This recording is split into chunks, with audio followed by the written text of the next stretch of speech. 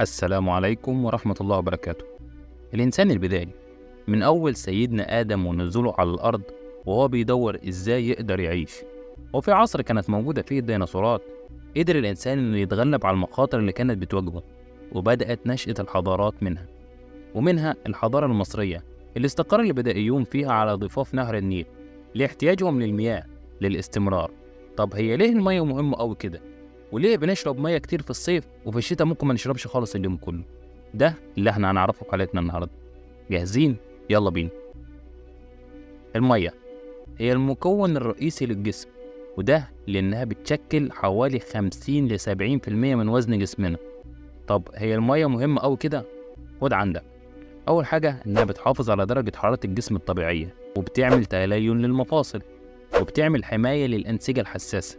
وجسمنا بيحتاج قد إيه مية في اليوم؟ في دراسة معمولة على إنسان بيعيش بمناخ معتدل، يعني مش قريب من خط الاستواء ولا هو في القطب الشمالي، الإنسان الطبيعي. والدراسة دي أثبتت إن الرجال بيحتاجوا حوالي 15.5 كوباية مية يوميا، يعني حوالي 3 لتر ونص، والستات بيحتاجوا 11 كوباية ونص يوميا، يعني حوالي 2 لتر و7 من 10. طيب المية الزيادة دي بعد ما الجسم بياخد اللي بيحتاجه بتروح فين؟ أحب أقولك إن عن طريق طرح المية في البول والعرق بتطرح من نص لتر ل10 لتر من البول يوميا، والعرق بيفقد الجسم حوالي 1 لتر يوميا. طيب شرب المية البارد في الصيف ليه أضرار؟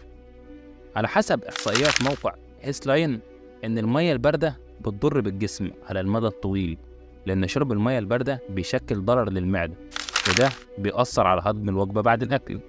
وفي دراسة تانية معمولة قالت إن شرب المية الباردة بيزيد من سماكة مخاط الأنف، وده بيجعله أصعب بالمرور بالجهاز التنفسي. ولو كنت بتعالج البرد أو الإنفلونزا فلازم توقف شرب مية باردة بسرعة. وزي ما المثل ما قال، إذا زاد الشيء عن حده بينقلب لضده. والإفراط في شرب المية ليه أضرار طبعا. هي أضرار الإفراط في شرب المية؟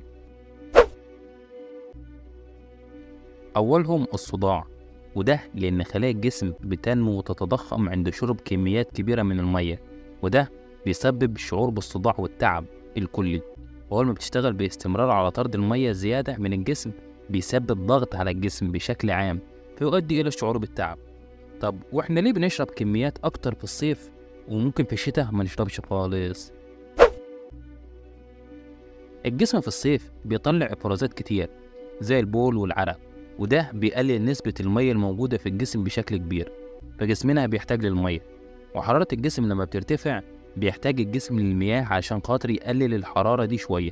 أما عن كمية المية المطلوبة للشرب يوميا، فلجنة الأغذية الأمريكية بالمجلس الوطني للأبحاث سنة 1945 عملت دراسة ووصلت بشرب ملي لتر مقابل كل سعر حراري بنستهلكه بالطعام، وده بيساوي لترين للنساء اللي بيستهلكوا حوالي 2000 سعرة حرارية في اليوم، ولترين ونص للرجال اللي بيستهلكوا حوالي 2500 سعرة حرارية في اليوم.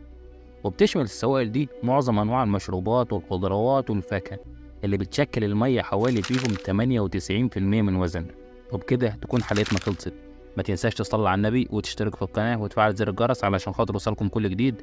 شكرا ليكم والسلام عليكم ورحمة الله وبركاته متابعينا الأعزاء.